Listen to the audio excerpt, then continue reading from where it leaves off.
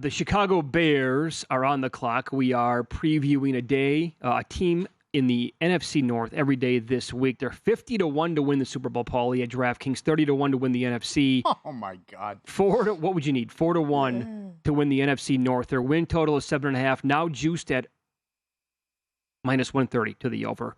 Their division wins 2.5, minus 165. Funny, the Packers yesterday, minus 205.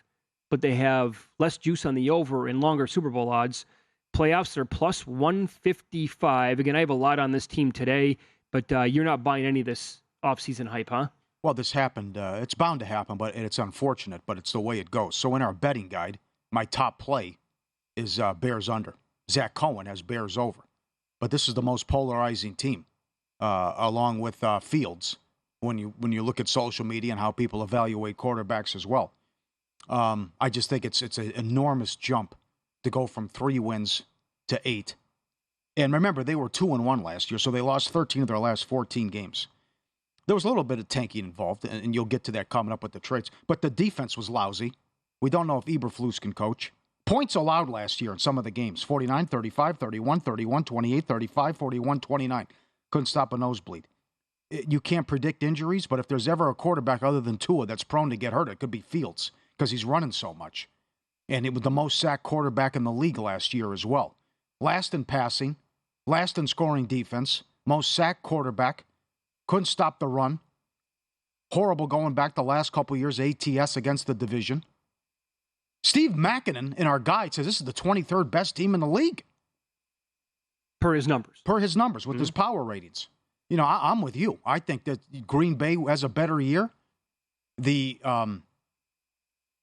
people ripping the Vikings, yes, they were lucky and had no business winning 13 games, but there's actually value on them, and I think the Vikings are a lot better, and we know what we think about Detroit. So this is a last-place team, and I just don't see anything in terms of a playoff team here, and I don't think it's realistic to even think playoffs. I think 50 to 1's a joke. For them to have the same odds as the Minnesota Vikings to win the Super Bowl, I'm stunned. I'm stunned by that. And again, that's why it's such an intriguing game week 1. It's doable off the bat where you could get off to a hot start. Certainly Denver at home, Tampa, Green Bay, and that Washington Vikings at home is doable. But there's way too many question marks. Okay, this is an email from John. Again, ftm@vsin.com. Points out that they had the 3rd hardest schedule last year. It's the 4th easiest this year. The defense, as he says, in his words, it wasn't terrible until they traded Smith and Quinn, and then it really got awful. And they lost 8 one-score games, including that weird... They should have beaten the Lions. They gave that game away. I had them in that game, too, and that cost me. A 1-point loss there, a 3-point game to the Dolphins, and a 4-pointer to the Eagles. Well, that game was also misleading because the Eagles were blowing your doors off. Beat the 49ers, beat the Pats.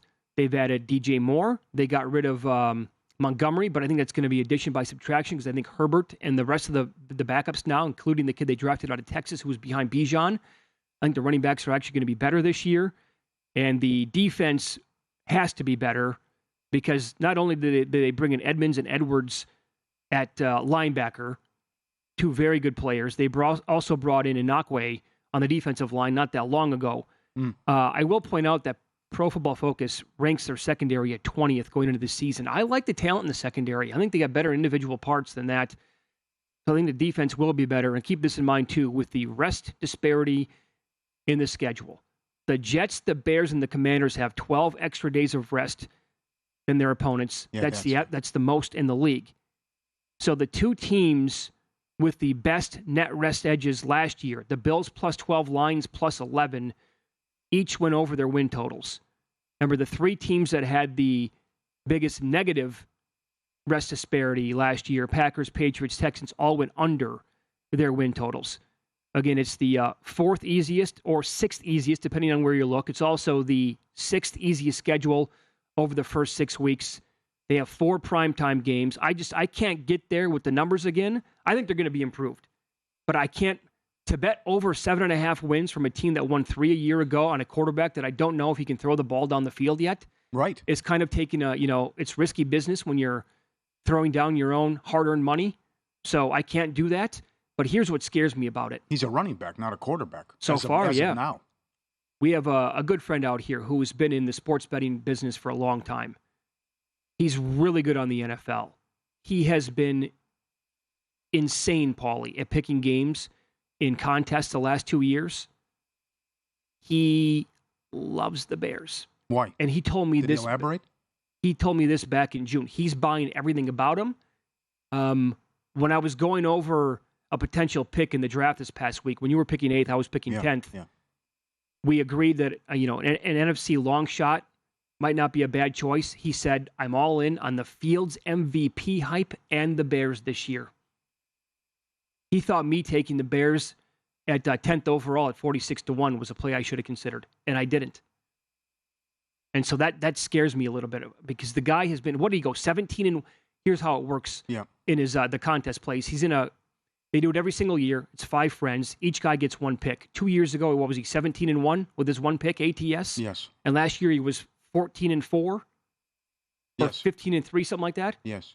When he has to isolate a game, the guy's phenomenal. And this is the team that he's all on board with this year. All right. It's interesting, though, that Justin took him at 22 and Steve Mackinnon has him 23rd. Mm-hmm. Where'd the gal take? The only gal in the tournament. Did you guys? Green Bay went 14. What were their odds? 71-1. Okay. Well, I know you were thinking about Green Bay. Maybe if you would have slipped down. If I had slipped down, yeah. No, it's an excellent point you made about the schedule because I'm big into that, and Lou Finicaro is as well. San Francisco all-time bad. It's minus 20 net rest disadvantage. Kansas City awful, same thing. But the Jets, Bears, and Washington, this is like all-time good. And what Warren Sharp studies at, that's all-time plus 12. That's insane. That if you have that big of a rest advantage, so that could help them. Should help them. Mm-hmm. Pro Football Focus also, like this is before the Inakwe signing, they had the D-line ranked 31st overall. They got pressure 22.3% of the time without blitzing last year, last in the NFL. They sacked the quarterback 2.8% of dropbacks without blitzes, also last year in the NFL. That's the thing, right? Like they could not get pressure on the opposing quarterback to save their lives, and Fields was getting just mauled. And that's why he was like, by default, he's like, I got to take off and run. But he looked, if you go back and watch the film, and if you were watching those games live, you're going to remember anyway, like how often would he look to run first as opposed to, okay, going through my progressions, I'm going to look left, go down the middle, find out if anybody's open. He didn't. I mean, he always wanted to take off and run. But now DJ Moore, Chase Claypool, Mooney. He stinks. Who's that? Claypool stinks. Claypool. Can't. I think there's a pretty good chance that that's actually true. He's done nothing since this horrible since his rookie year. Horrible trade. I like Cole Kmet, though. Well, they have to give up a second-round pick for Claypool is bonkers. You can't do that. But I just, again, betting them to win 8 games, or maybe 9 if you want to go over 8.5 plus 140, I can't get there. Can't do it. That is a big ask.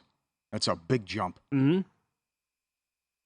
And even if you say Love doesn't play well and they're the last place team, okay. Well, are they better than Minnesota? I think as long as they stick to their plan, because they did a nice job in the offseason, I don't think this is the year for the Bears. I think next year could be the year for the Bears. Mm-hmm. And again, I mean, this is a passing league. I got to be proven wrong with Fields. What he did last year is not sustainable. Right. Throw out what happened Saturday, too. It's ridiculous. Oh, I went back and watched. The Herbert touchdown is absurd. There's one Titan there. I don't know what they're doing. He broke one tackle. It's a 60-yard dump-off. Yep. He didn't. There wasn't a defender close to him until the 10-yard line. I know. And that was it. I mean, it was like, what? And the same thing happened with the Moore touchdown, basically. Yeah. So you can't really put any stock into those 2 long touchdown passes. Visit VSiN.com to get current odds. Listen for free. Find showtimes and download VSiN sports betting podcasts.